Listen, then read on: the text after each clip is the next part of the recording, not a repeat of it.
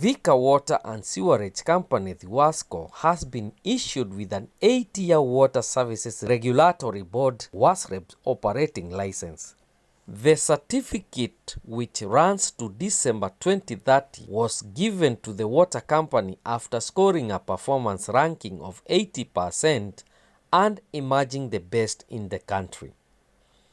Thiwasco becomes the first water company in the country to be granted the 8-year license. While speaking during the ceremony, WASREB Board Chairman Professor Simon Gicharu said that the government was working out a program to incorporate private investors to invest in dams and sell water to the counties so as to ensure that every part of the country received adequate, safe drinking water.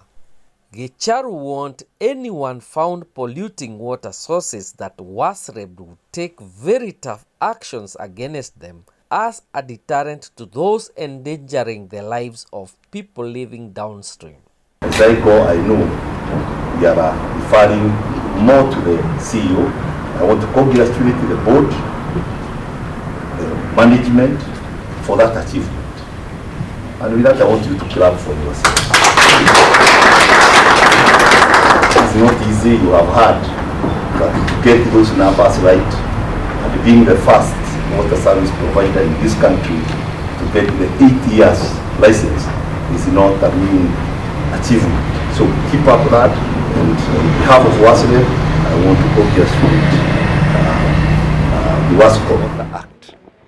It requires that all water service providers in this country to be licensed to operate by WASREB. And therefore, the purpose of this function was to fulfill that aspect of licensing, to say that Thiwasco meets all the conditions to continue operating as a water service provider. For you to be licensed, there must be some criteria. And if you don't get 70% and above, there are some many areas that we look at, and there are details to that. So 70% is the minimum, and the Thiwasco scored 80%, and that is why we are licensing it today. We are providing the certification. Yes, for a long time, our coffee factories and other flowers, they emit directly the dirty water to the rivers. And what we are saying, in all where we are licensing our water service providers, we are telling them to be on lookout, and once they get such situations, they report it to us, and we will be able to take the necessary remedial action. As much as we are saying there is a problem of water, we are saying that in the country, we have relied with the government of Kenya, to be the only institution building dams.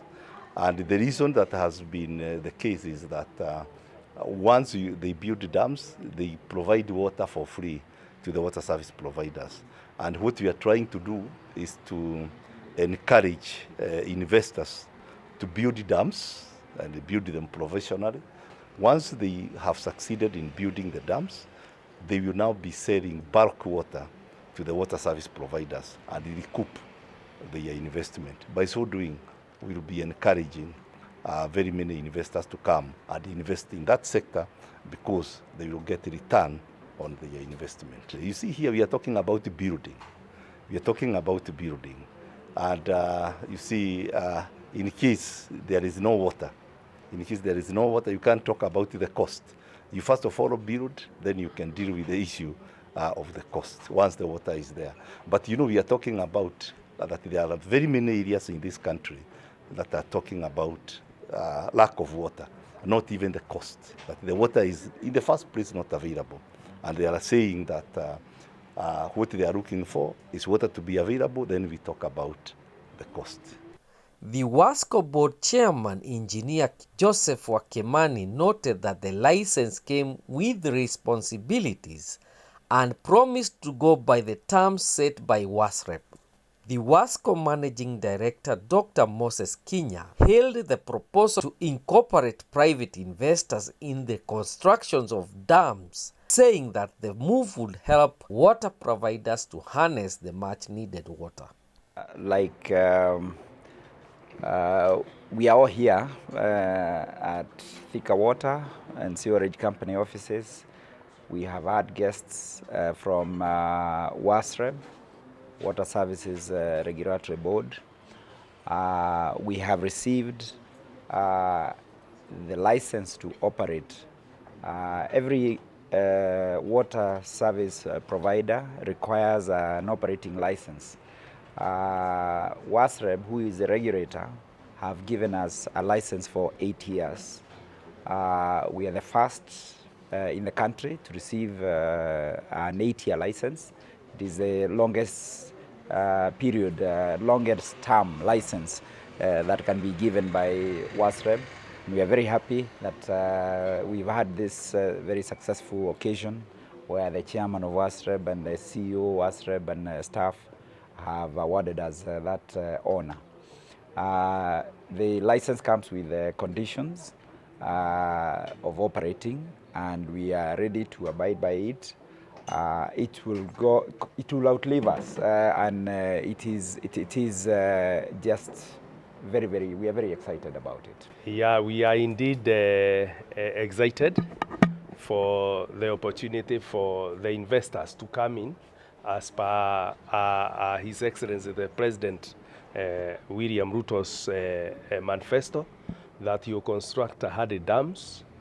This is very much welcome in the water sector.